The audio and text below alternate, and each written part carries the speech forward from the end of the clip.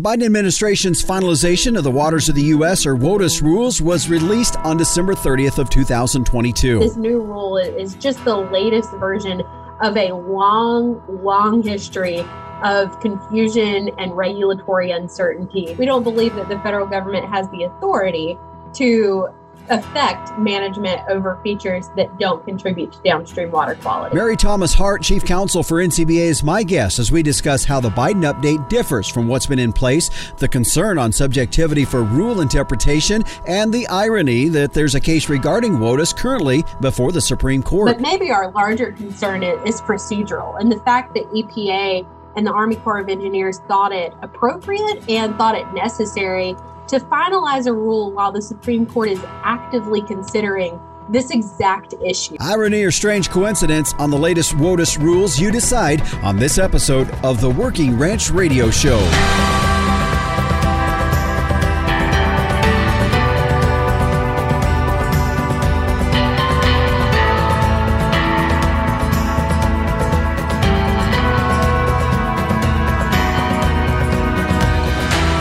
Hi, everyone, and we welcome you back here again. This is the Working Ranch Radio Show. I'm Justin Mills, and we're glad to have you joining us here for our program today. This is episode 101, and if you're listening here on the radio, we thank you for tuning in and hope you stay with us. If you have downloaded the program and you are listening through your favorite podcast provider, we appreciate you doing that. Let us know also. Give us a thumbs up, leave comments, as that's always helpful for us. And by the way, if you missed last week's show, I'd encourage you to go back and listen to that. Why Junior shouldn't come back to the ranch. Go back and take a listen to that one. A great show with Dallas Mount joining me on that one. For our program today, though, we're going to be looking at Waters of the U.S., WOTUS as it's often referred to, and it really has been an issue that's been around an awful long time.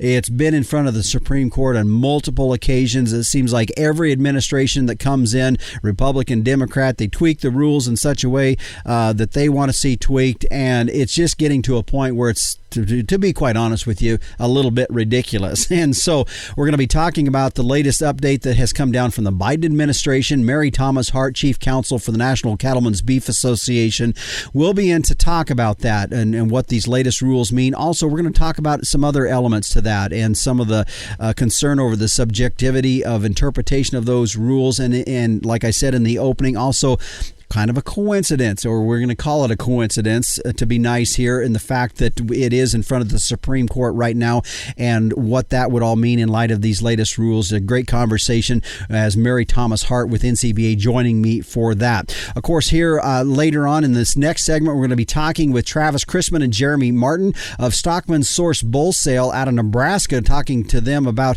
their operation there and how that relates to us as commercial cattlemen out here and what they're doing there. So be sure to join us in our next segment for that. And of course, meteorologist Don Day joining us at the very end of our program as we take a look at our long-term weather. Yeah, a lot of rain in California and the West Coast, and pretty mild for many of us east of the Continental Divide, but that looks like it's going to be changing. We'll talk a little bit about that. Right now, though, let's check in with the Captain, Tim O'Byrne. He is publisher and editor of Working Ranch Magazine and is working hard on the next issue of Working Ranch Magazine. But let's check in with him now for this week's edition of Tim's 2 Cents.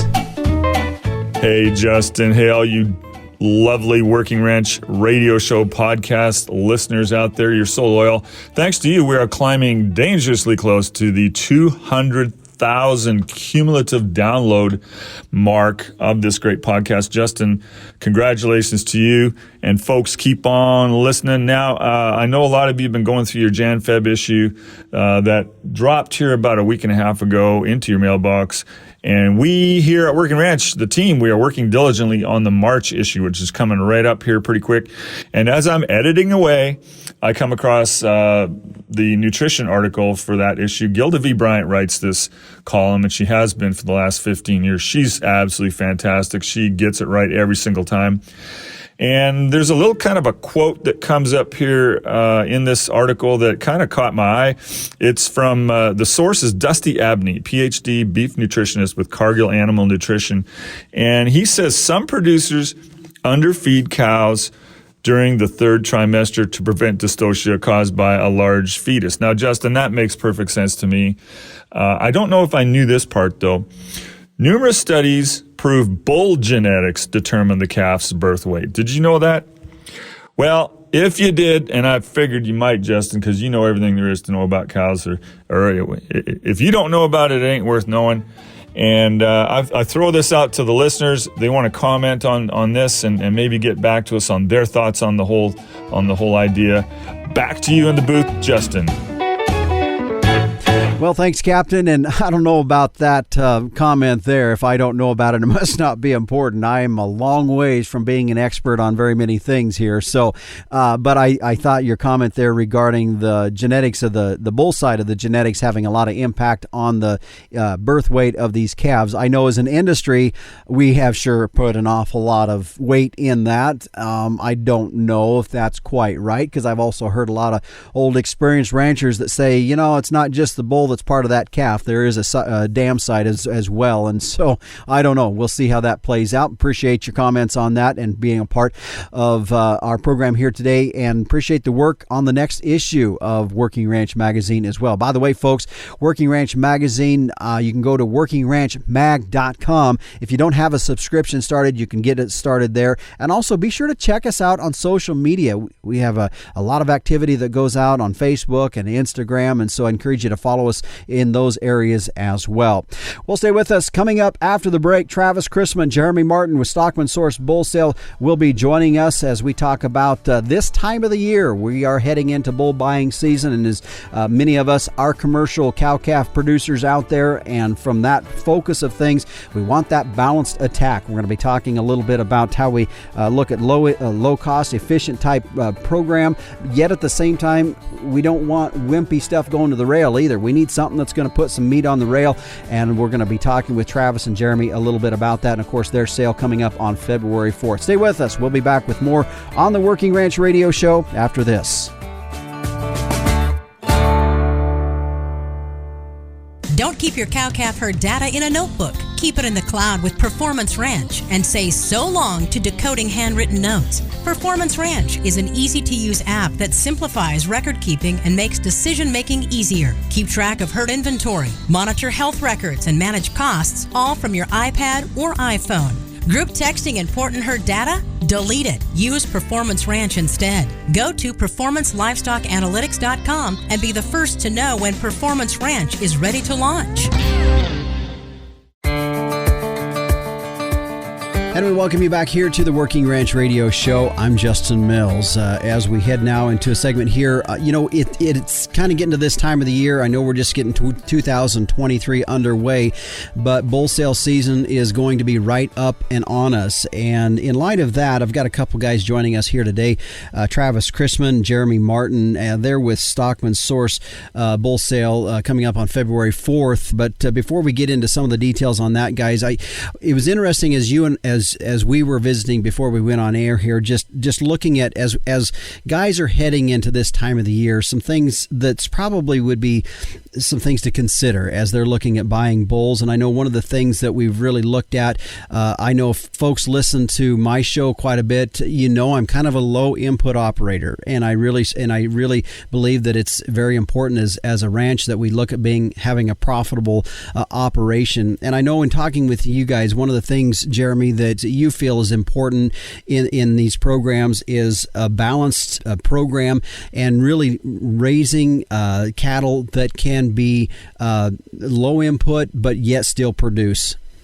Yeah, Justin, I would 100% echo what you said. I mean, we hear a lot of people giving lip service to running cows like a commercial cow herd, and for us, we basically run cows that we can make money on by retaining the steers or selling them at weaning or sending them through the feedlot. And then the seed stock deal is kind of an offshoot of that. I mean, we started out just kind of raising bulls for ourselves and for our neighbors, and it's just grown from there. We sell a bull that's a little bit older, and it's mostly because, we desire to calve these cows in April, May, or in Travis's case in the fall, just, from a labor and a feed standpoint, it's what fits our best system. And allows us to still create a steer calf that's economically viable. Mm-hmm. Travis, your thoughts on that? Yeah, we both of our systems are kind of set up so we can be able to utilize the resources that are available, and that'd be cornstalk residue is a cheap feed source down here for us, and if we can graze that with our cows all winter and we aren't farrowing them through a barn in January or February and having to feed, a full lactating ration, that allows us to operate like our commercial customers do, and just the cattle, I think it just helps us to select for more doability and longevity. Cows that can go out and forage, have some heart girth and fleshing ability is pretty much a necessity for us. Mm-hmm. As we were talking before, I had asked Jeremy, I'd asked you about the research that you had done as you have your doctorates in reproductive and physiology from University of Nebraska. And when you were doing that with Dr. Rick Funston, just some elements that you were looking at in terms of a balance and realizing that if we can get these heifers to a point to where they're fairly low input, you feel from the bull side of things, we need to be looking at that same thing.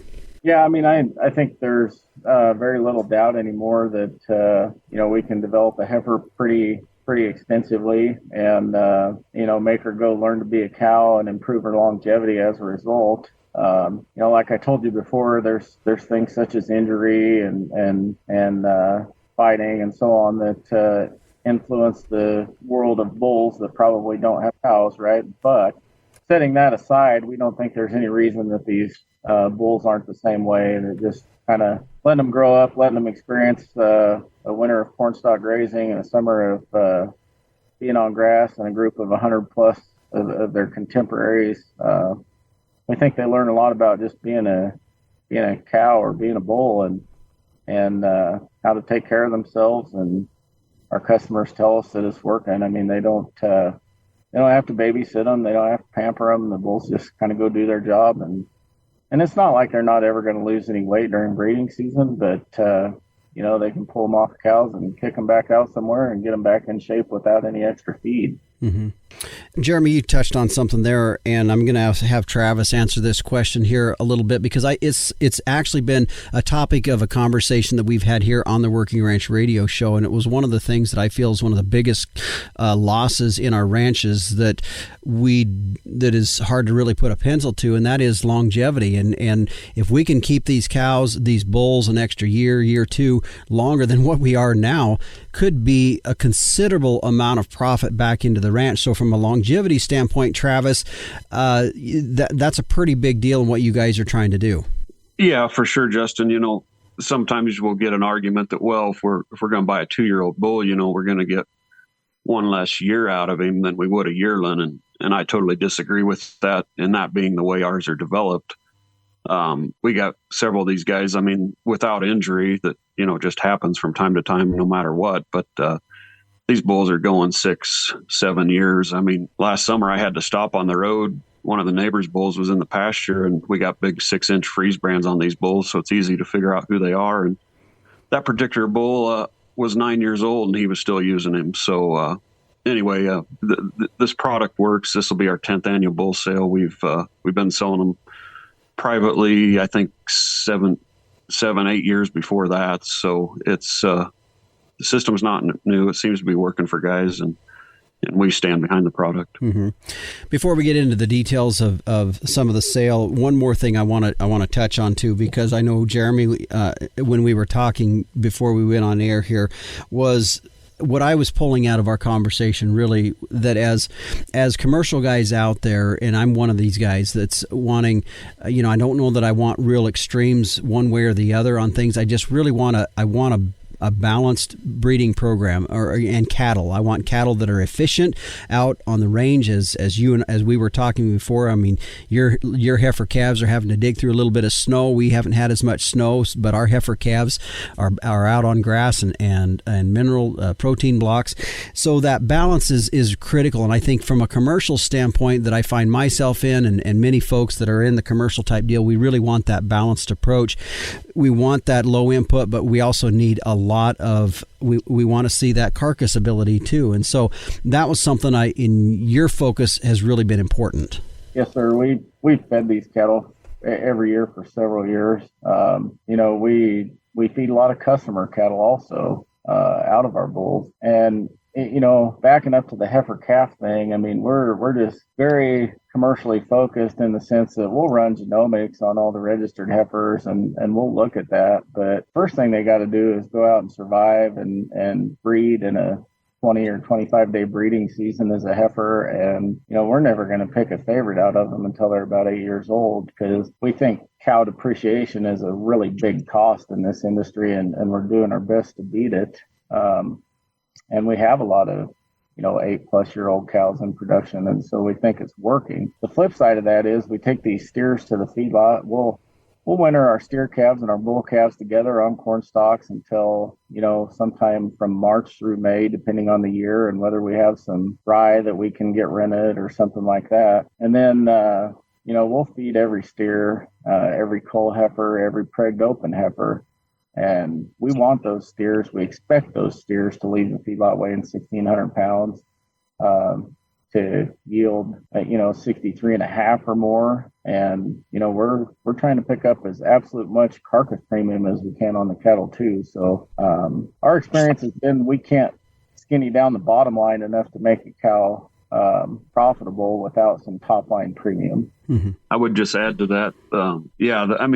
The top line is extremely important, and we're getting genomics on our entire cow herds, our entire calf crops every year. But in addition to that, we've got a progeny test herd, and we're taking genomics on all those steer calves, and then that gets paired with the actual harvest data and the gain data. So I think it makes the genomics of our herds even more valuable, because it ties together all that real information.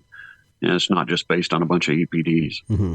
Well, and the genomics thing, I'll tell you, it's something I've had shows on here before, but I think it'd be, some point might have to get you guys back on the phone here to say, okay, from a, how are you using it? How is it working in your operation from a real life standpoint? It's one thing to hear about it from people selling the program, but it's one thing with visiting with guys that are doing it and utilizing it. So, real quick, guys.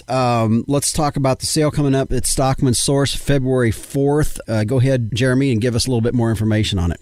Yeah, February 4th at the ranch here, southwest of North Platte, about 35 miles. Pretty low-key, quiet auction, which in terms of speed will be real similar to an auctioneer, but it's very transparent. There's no question who's in and who's out. We'll have the bulls pinned up here that day. Sure welcome you to show up any time at, late morning to noon and take a look at the bulls. We'll start the auction at 3:00 and we'll sell some commercial bred heifers at the end and have a nice steak supper and a good visit with some pretty sharp ranchers that'll be here. You bet. Travis, real quick, just genetic wise, we're looking at Angus, Sim Angus type bulls. Is that correct? Yeah, we're gonna offer 100 coming 2-year-old Sim Angus bulls, and then there'll be 35 coming 2-year-old Angus bulls. And I would just add that we'll have a catalog. It should be available online here, maybe as we speak or within a day or two, and there'll be videos available on these bulls on DV Auctions website. I would add we don't clip the bulls. What you see is what you get, and they'll look the same a year from now, but probably better in most cases. So, all right. Their website, if you want more information, ssbeefbulls.com for Stockman Source Bull Sale coming up February 4th. That will also be on DV Auction, and that'll be starting at 3 p.m. Central Standard Time. So thanks, guys, for joining us here on the Working Ranch Radio Show. Appreciate it. Thank you, sir. Take care. Yep. Thank you, Justin.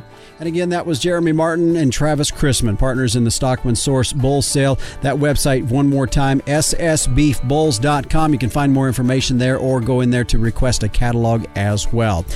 Well, when we come back, we're going to talk about the Biden administration's updated rules on the waters of the U.S. and what that means to us as ranchers when we come back on the Working Ranch Radio Show. Starting off in the right direction is essential to gaining an advantage later when you go to market your calves. And I have proof that the right direction is with Sim Angus sired calves. A 2020 study by K-State showed that Sim Angus sired steer calves earn more at sale time than all other breed identified sire groups with at least 50 lots represented on Superior Livestock's 2020 summer sales. The proof's right there. For low risk, high potential calves with earning potential, be confident that Sim Genetics will give you more per head, period. Stand strong, Simmental.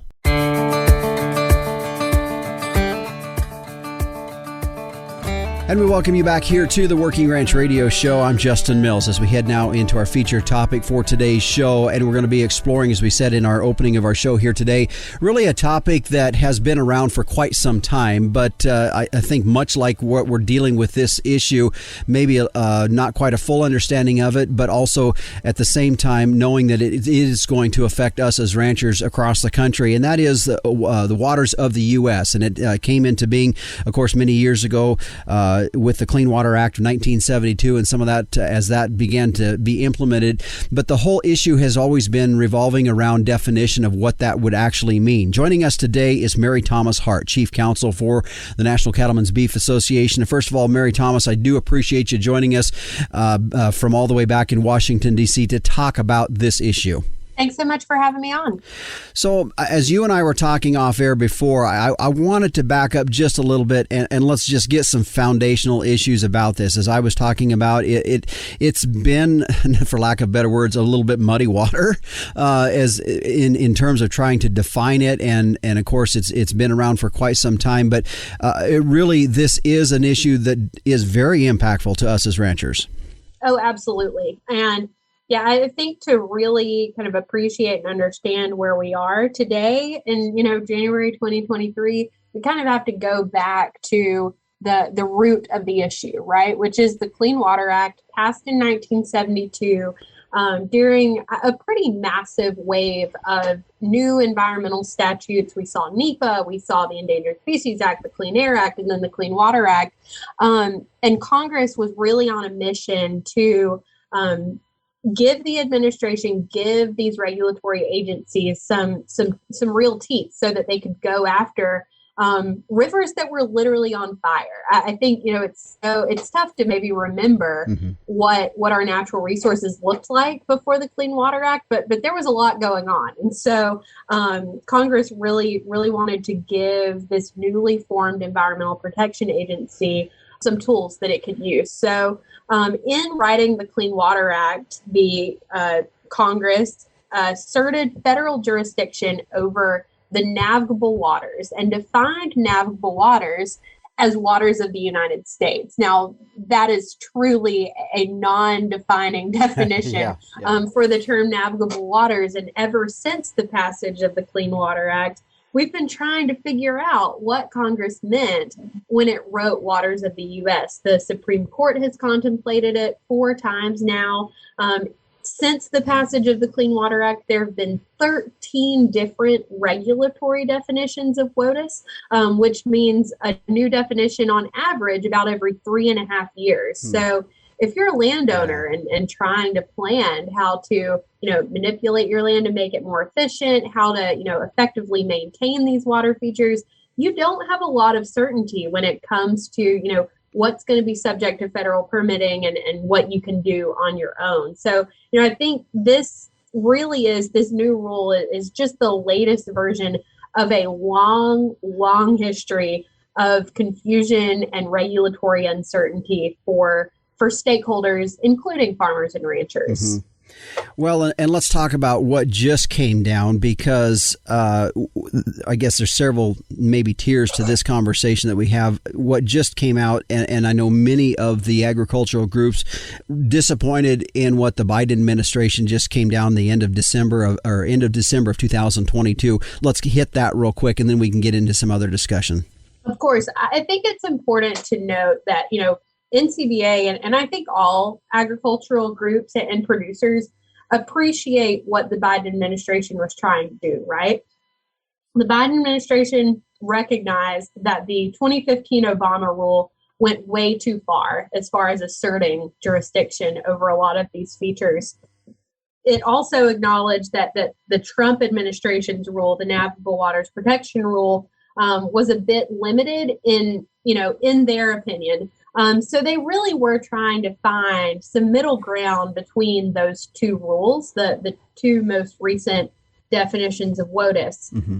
And they made a lot of changes from their proposal, right? Especially for the agricultural community. The proposed rule that we saw in December 2021 had no agricultural exemptions, was a very scaled back definition, and attempted to really give or put the power in the hands of kind of individual inspectors to make a lot of case-by-case determinations.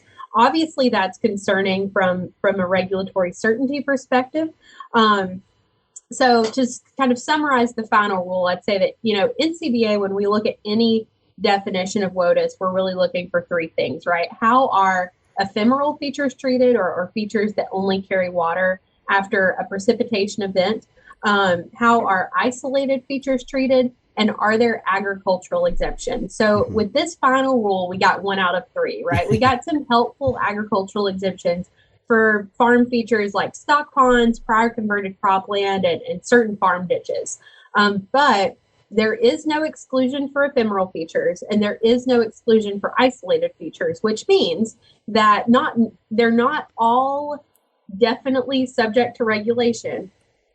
Mm-hmm. They are all subject to a jurisdictional determination, which means that someone from your State Department of Environmental Protection, or your State Department of Ag, or your or the Army Corps of Engineers district office will need to come out and determine if that feature is federally jurisdictional before you can, manipulate it in any way. Okay. So does that lay itself a little bit open to some subjectivity then, because of who's going to be inspecting that? Absolutely. Yeah. I mean, the Army Corps of Engineers works really hard, to make sure that their jurisdictional determinations are fairly uniform across the country, right? They get handbooks, they have a lot of tools, and they're pretty, they are required to kind of stick to those guidelines, to stick to those handbooks. But yeah, of course, when you have, multiple sets of eyes looking at features across the country to make those jurisdictional determinations, there's going to always be some variation in how those handbooks, how those guidelines are interpreted, right? What is considered a hydrologic feature? What is considered hydrologic soil? Those are all different types of, factors that go into determining whether a feature, especially when you're talking about a wetland, is going to be subject to federal jurisdiction. So, I think there's certainly the risk of some variation, some level of subjectivity. I don't want to put it all on, inspectors and say that they're, bad people. I really don't think that that's the case. I don't think that, for the most part, I don't think inspectors are out to get us or anything.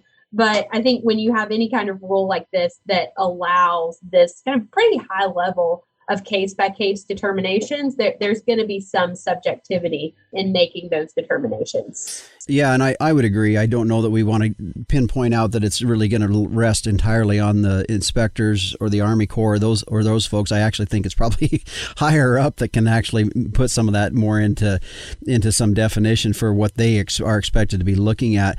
And I think really what this goes back to initially, which has been the concern all along, is just, how far reaching is this going to be? I mean, we're concerned as landowners, how much power are they taking away from us? Right. And I think, the Clean Water Act was clearly written to regulate water features, right? But when you pull in things like isolated features, like, certainly regional features like prairie potholes are an excellent example, or playas, vernal pools, those isolated features that really have no impact on downstream water quality because they're not contributing to downstream water quality, right? Mm-hmm.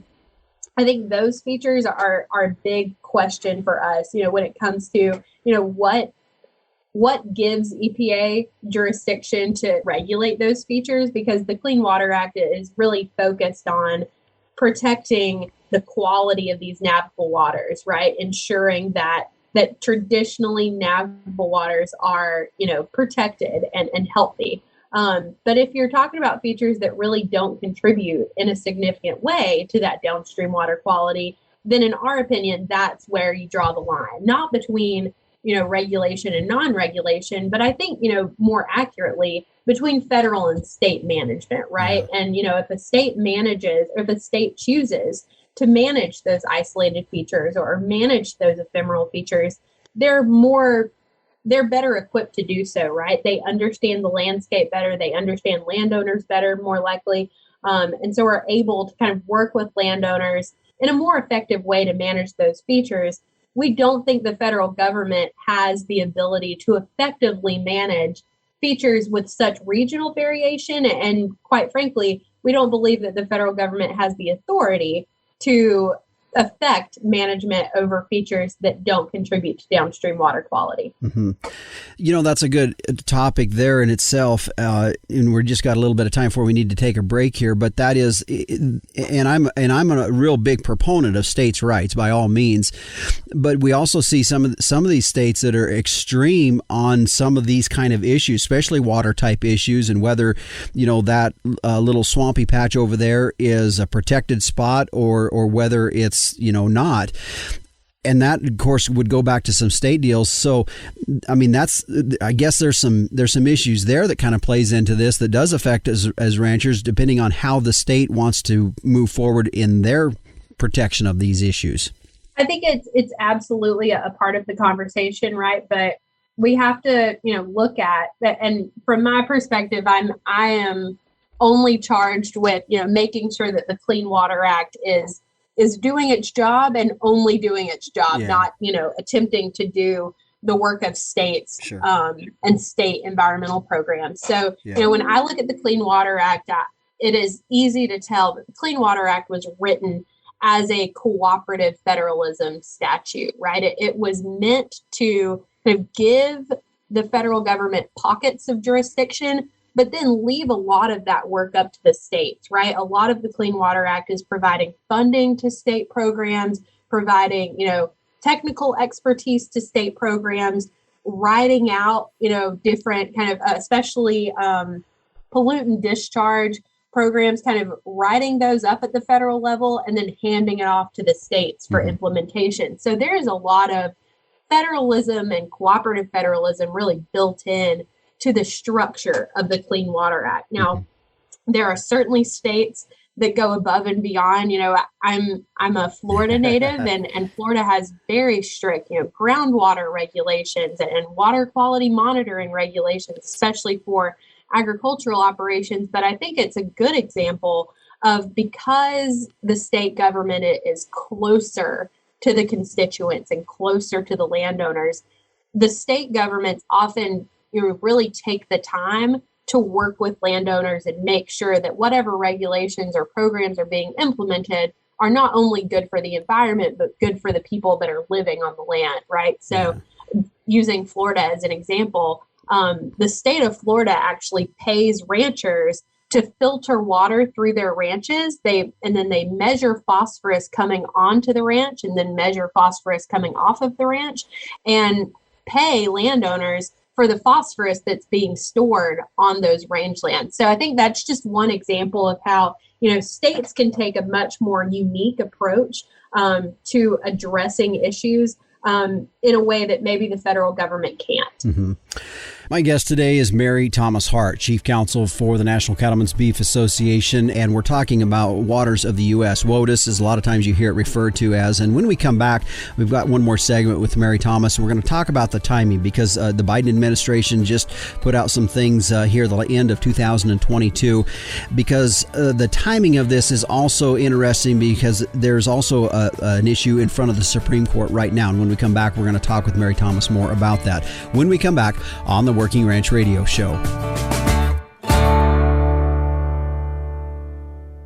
Set up the next generation for a productive lifetime with Zinpro Avela 4. Achieve productive success in your cows with 20% increased conception rate and a 16-day tighter calving interval. Calves from cows supplemented with Zinpro hit the ground running with improved immunity and 28 more pounds at weaning. Allow your cows and calves to perform to their full potential with Zinpro Avela 4.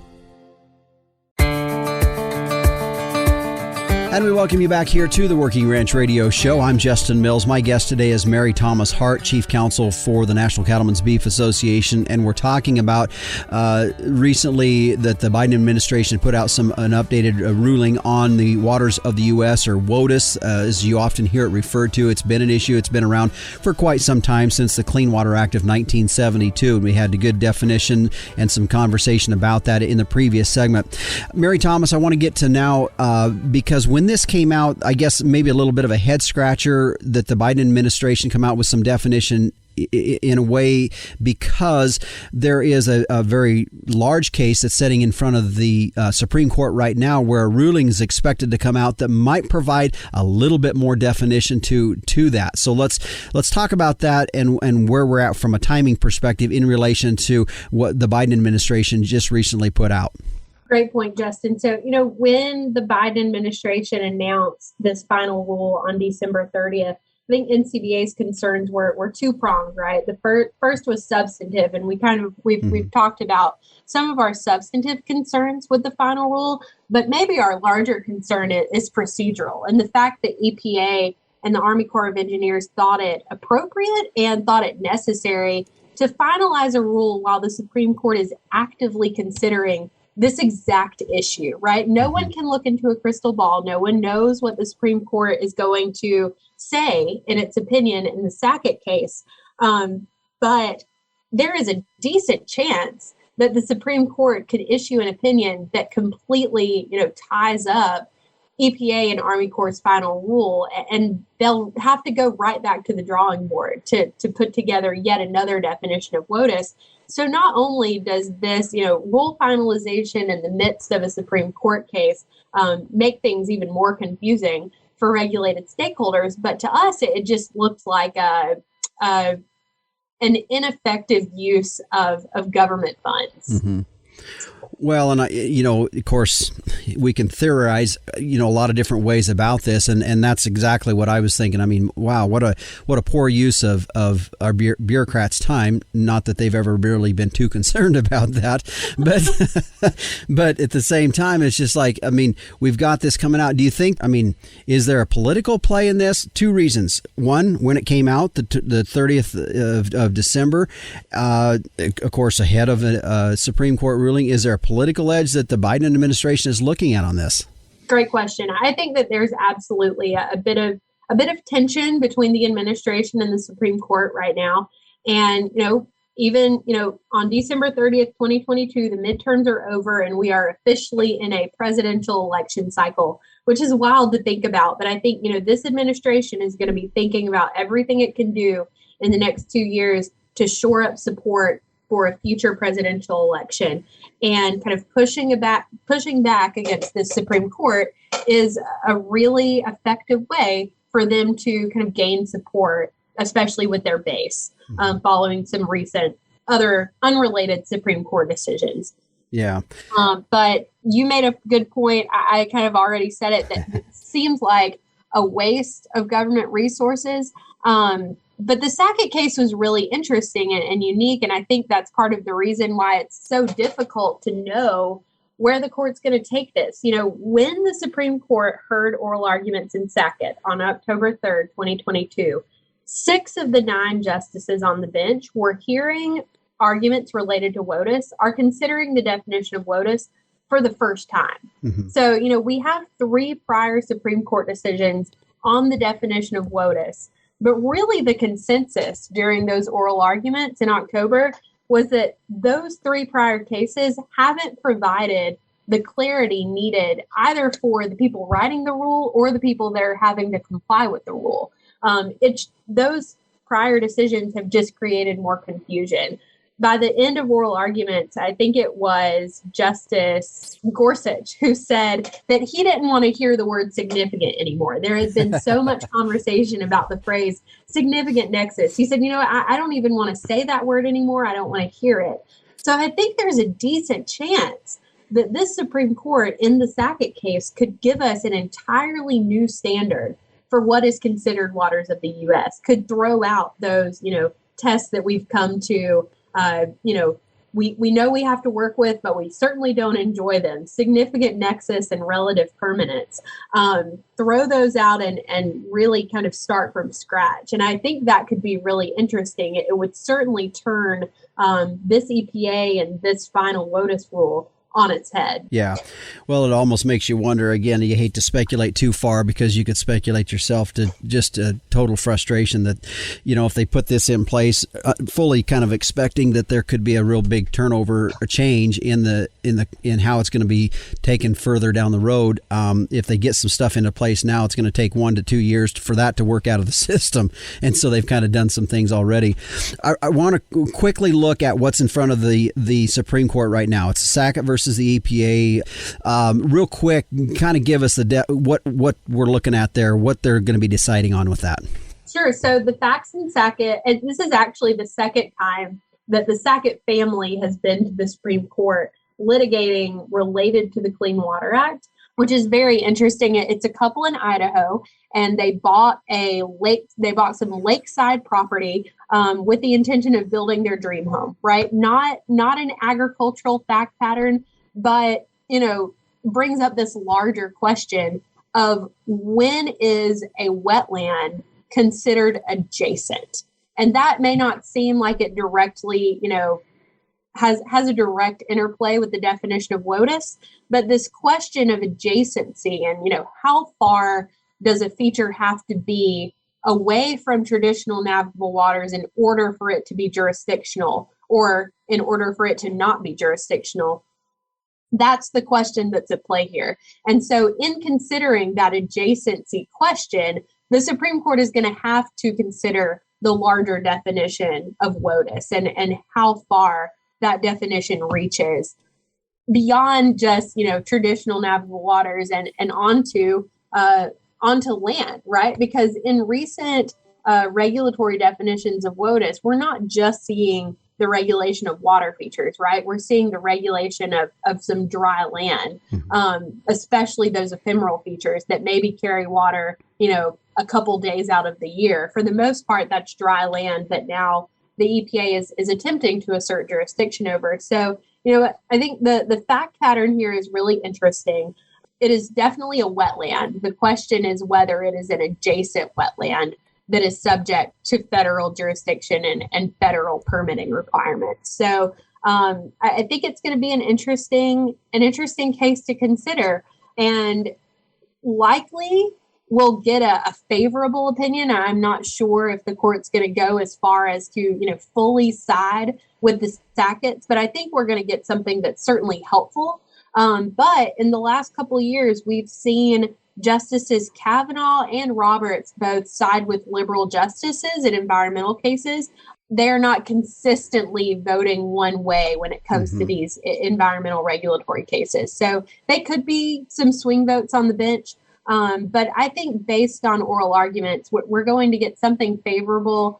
And I think the Supreme Court really sees the larger issue with the lack of certainty in this space right now and would really like to put this issue to bed. I think they're tired of talking about WOTUS, of hearing about WOTUS. And I think they'd like to just, put a bow on it and be done with it. And I'm sure we all would too. Yeah.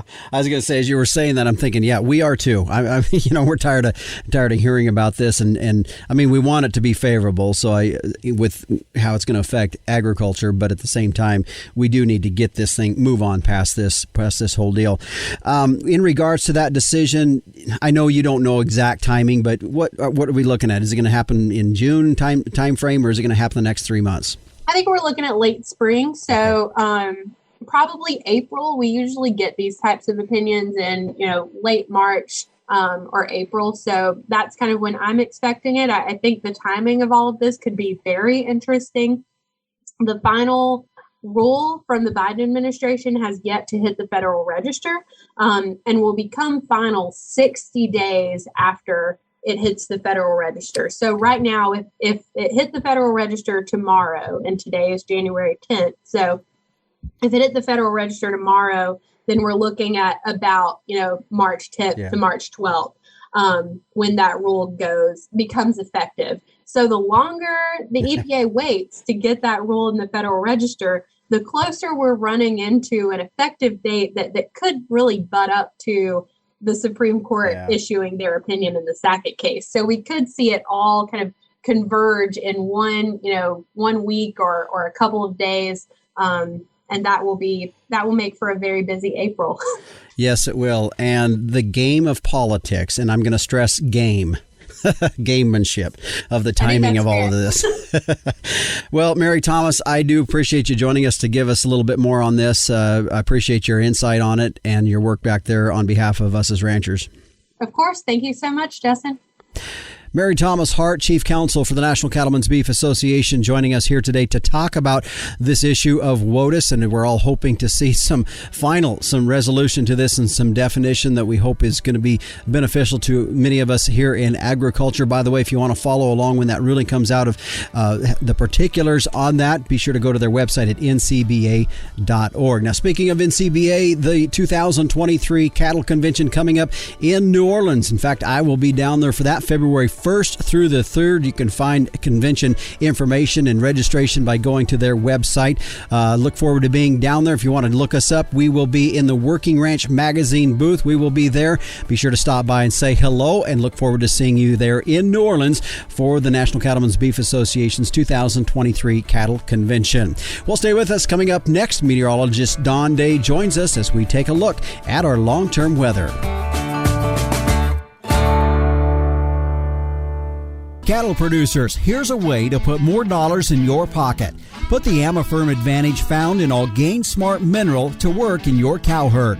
Amafirm is the industry leader in increasing fiber digestion. In fact, research shows putting Amafirm to work increases forage utilization by 10%, reducing overall forage costs and allowing you to graze more animals per acre. That's a big-time return on your investment. To find which Gain Smart mineral formula is right for your herd, visit gainsmart.com.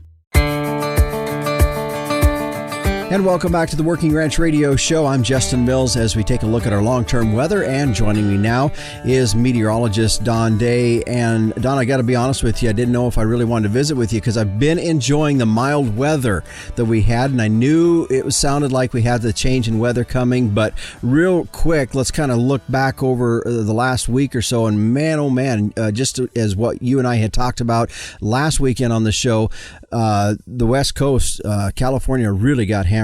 Boy, have they ever. And there's more hammering to come. They're looking at probably another 7 days of these Pacific storms coming on in. And I know it's causing a lot of problems, a lot of flooding, but there's been very little discussion about how badly they need this water. Mm-hmm. And when we look at what's happening with the snowpack and what's happening with the amounts of rain and snow we're seeing is we're essentially going to be able to see the reservoirs in California fill up. And we're going to see a huge runoff, the biggest runoff at least since 2019, maybe since 2017, in the bigger snowpack basins of the western United States, especially the Sierra Nevada. This is going to pay big dividends down the road. And this is how it goes. Some people may be shocked by the intensity of these rains and snows and what they're hearing on the news about the West Coast, but that's how the weather works in California. Mm-hmm. You go through these cycles of drought and floods, and you know what will happen again after we go through this drought pattern going to a flood pattern? We'll go back into another cycle later on. Mm-hmm. And some of this moisture is also pushing into the interior West as well. So we're seeing really good snowpack conditions in the central and southern Rockies. Folks talked a lot about, and for good reason, Lake Mead and Lake Powell. Mm-hmm. Well, we're going to see a lot more water going into those reservoirs during the runoff season as well. But since we've been so dominated by this Pacific pattern, Justin, we've had a very big January thaw really over most of the United States since we had that Arctic outbreak in December. Yeah. And it looks like really for the coming week, majority of the week is going to be pretty mild. But then you do see, as you had projected earlier, that around the 20th of this month, we were going to start to see a change. So we're going to be moving away from that Pacific pattern more into some of that Arctic. And what is that going to look like? Well, the thing is that if we remember, I just mentioned that December cold snap. Whether or not it will be as intense as that, we'll see. But what we're going to see is the storms in the Pacific end. We're going to see the jet stream do a major readjustment. And while it has been very mild over a large part of the United States and parts of Europe over the last 2 weeks, there's been cold air reloading up in Siberia and over Greenland. And we're going to see that cold air after the 20th have an opportunity to move south. So a lot of the United States, especially the central and western United States, we're going to go back to some colder weather again, to where temperatures here at the end of January and early February will go below average. Now, when you go below average with temperatures that time of year, your coldest time of year, that's pretty cold. So folks need to get ready. Livestock interests, especially in the northern plains, central and northern Rockies, this mild weather spell. Well, there's only a few days left to it. You bet. Well, that kind of gives us an idea of what we got looking forward. Some point I want to visit here on our show, get a La Nina update. I was reading some other weather information out there. I'm going to share that with you. And I want to reconvene in one of our shows here down the road, and let's get an update of where we think this, when we're going to fade completely out that and when El Nino might be coming back, and get your take on some of this. Sure, there's a lot to talk about there, and that will be very important to get a good grasp on that as we go into spring. You bet. All right. Well, Don, thanks for joining us here today. Thanks for having me. And again, that was meteorologist Don Day with a look at our long-term weather. If you want to go to his website, you can find more information there at dayweather.com. There's also a link there to his daily video podcast as well. Well, stay with us. When we come back, we'll put a wrap on this week's show when we return on the Working Ranch Radio Show.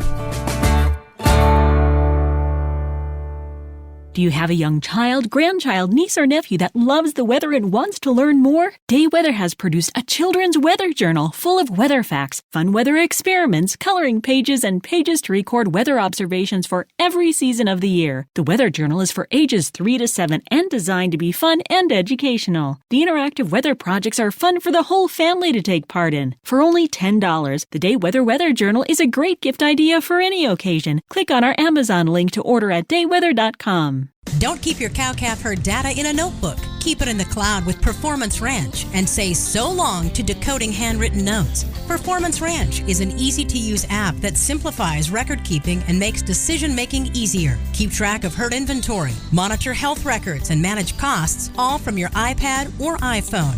Group texting important herd data? Delete it. Use Performance Ranch instead. Go to performancelivestockanalytics.com and be the first to know when Performance Ranch is ready to launch.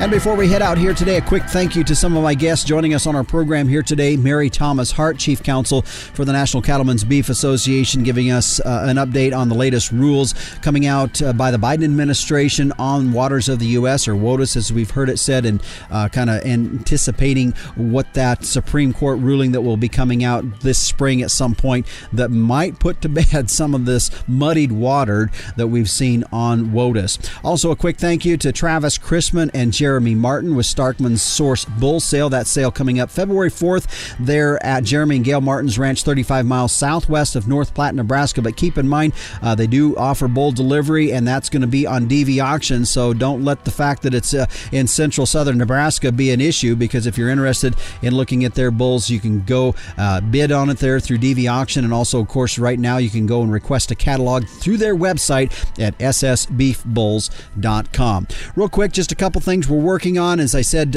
previously, a month or so ago, still working with Steve Cody on a series of programs on low-stress cattle handling, and also a show that we're working on, and that is in regards to folks looking at maybe picking up and moving their operation to physically a different part of the country, and some of the things that need to be considered in that as they make that move, and how that would affect your operation, especially if you're really trying to make that a profitable operation as you move forward.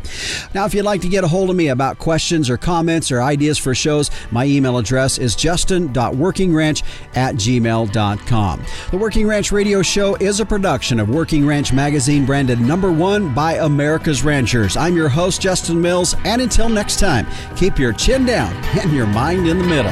So long.